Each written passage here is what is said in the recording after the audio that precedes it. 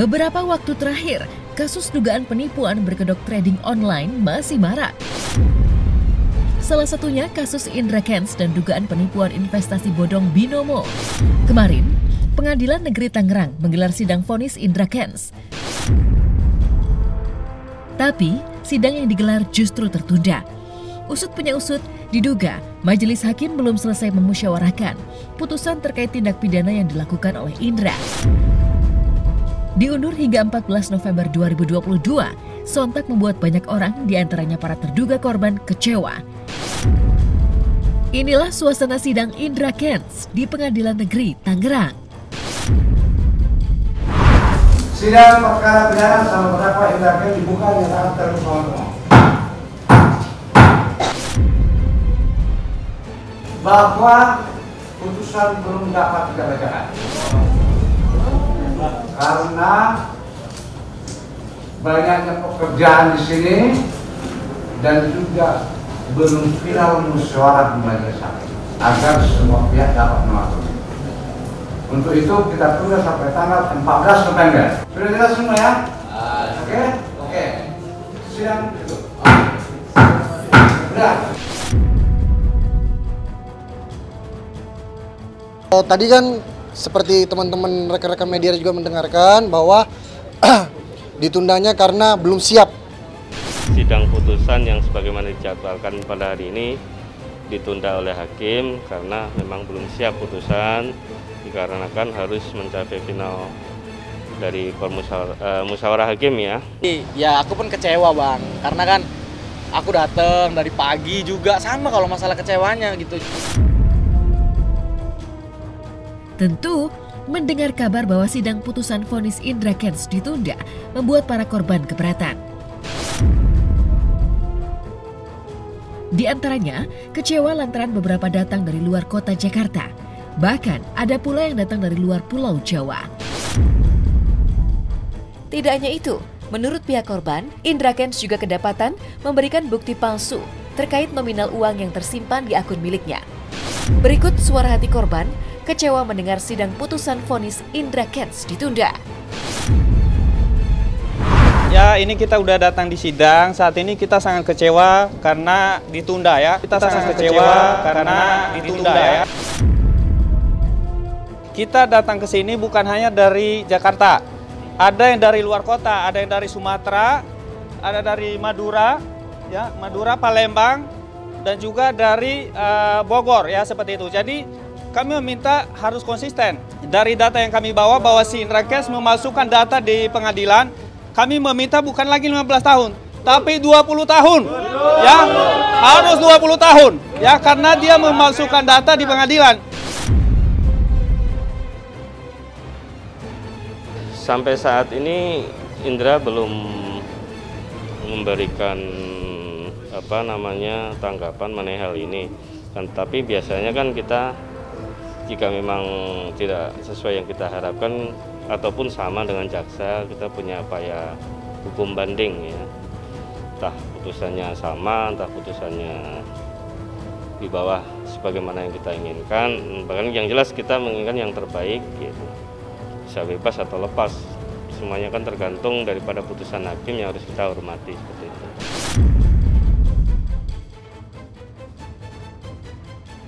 Tidak hanya itu, rasa kecewa lantas berubah menjadi amarah di luar ruang sidang. Tepat di depan Pengadilan Negeri Tangerang, para terduga korban lantas ricuh, berdebat dengan kuasa hukum Indra Kents maupun petugas pengadilan. Selain itu, terlihat sahabat Indra Kents, Paris Fernandes, juga hadir di persidangan. Alhasil, ketika Paris lewat, memicu amarah korban yang lebih besar. Bahkan Paris ketika berjalan keluar pengadilan harus dikawal oleh petugas. Lalu seperti apa tanggapan pria yang akrab disapa Salam dari Binjai terkait penundaan putusan vonis Indra Kents?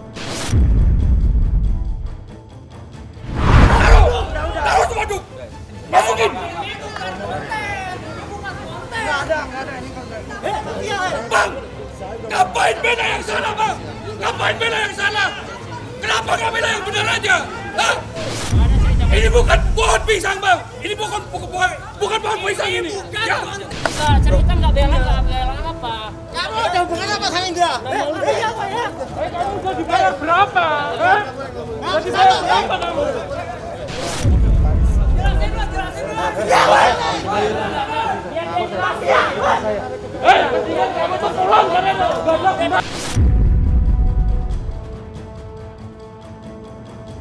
Gimana? Aku tuh nggak ada dukung mana yang benar mana yang salah. Karena Bang Indra kan udah baik sama aku. Secara personality dia tuh baik sama aku. Jadi aku nggak mau membenarkan dia juga gitu. Aku secara personality baik, pengen kasih semangat aja, udah itu aja, nggak ada mau cari ribut sama siapapun. Kita sebagai temannya ingin support aja kok. Iya. Nah, karena kan gimana ya?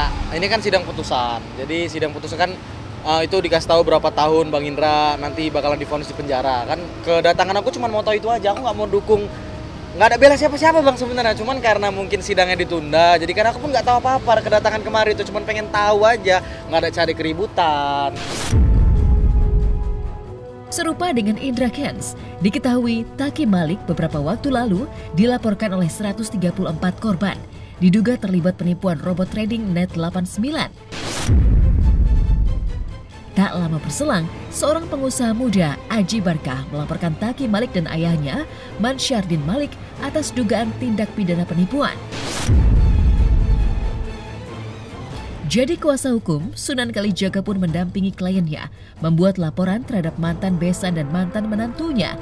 Diketahui, kerugian yang diduga dialami korban mencapai total Rp931 juta. Lalu seperti apa tanggapan Sunan Kalijaga melihat mantan besan dan mantan menantunya dilaporkan? Merugikan. Klien kami adalah putranya bernama TM, ya betul ya? TM sama bapaknya M siapa? MM. Untuk laporan polisinya sendiri juga sudah dibuat kemarin di Polres Metro Jakarta Selatan dengan dugaan pasal penipuan ataupun penggelapan. Saya dipintain dan dipaksa untuk memberikan fee kepada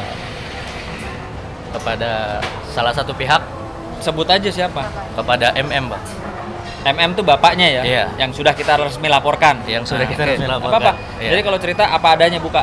Kita tagih terus, namun proses penagihan sangat sulit sekali gitu. Nggak ada itikat baiknya, nggak ada responnya gitu. Sementara barang sudah dikirim? Sementara barang udah dikirim, Mereka Bang. sudah terima? Iya. Mereka sudah pasarkan? Udah dipasarkan. Tanggapan saya ya kalau memang ada keterkaitannya ya kita lihat aja dalam proses pemeriksaannya seperti apa gitu kan. Ada kalanya orang tidak mengerti sehingga terkait atau tersandung persoalan hukum. Ada juga yang memang dia sudah mengetahui konsekuensinya ketika dia menjalankan sesuatu mungkin pekerjaan bahwa akan saja bisa terkait persoalan hukum. Jadi ya tentunya kita percaya, kita serahkan saja pada proses penyidikan. Maka di situ akan terang benderang apakah saudara TM ini mengetahui dari awal terkait dengan bisnis ini atau memang dia tidak tahu.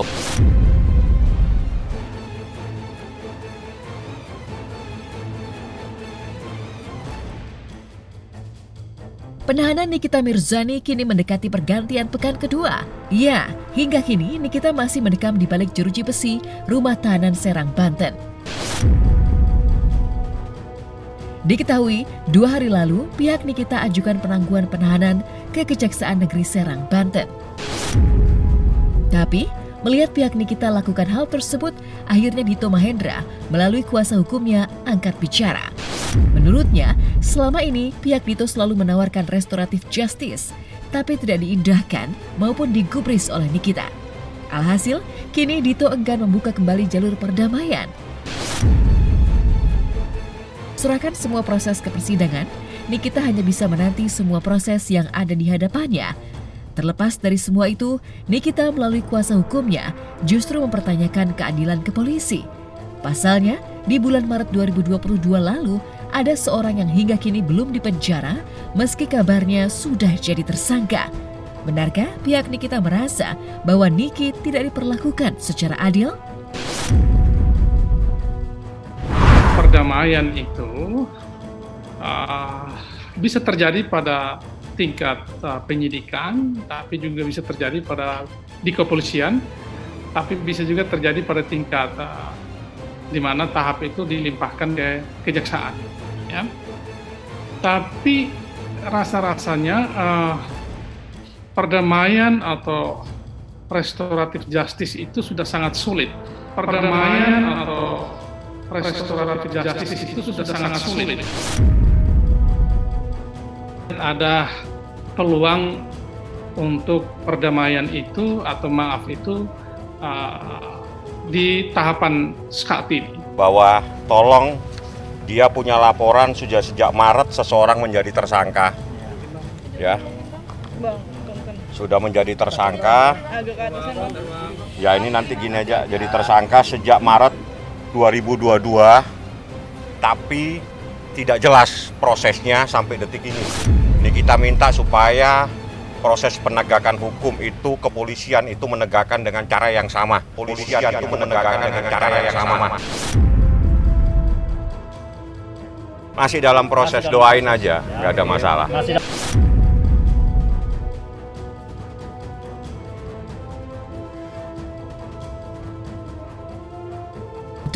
Melihat penahanan Nikita Mirzani rupanya menimbulkan reaksi tak terduga bagi orang lain, terutama bagi beberapa orang yang pernah berseteru dengan Nikita.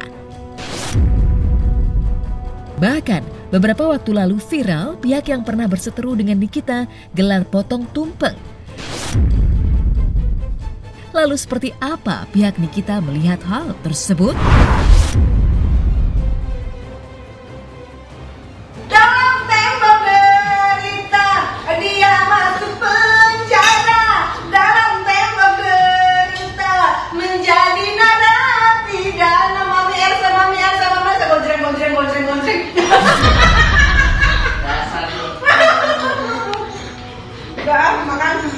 Bang, urusan pasal, urusan abang. Urusan saya berdoa supaya orang-orang yang mendolimi saya biar berurusan sama hukumnya Allah. Titik.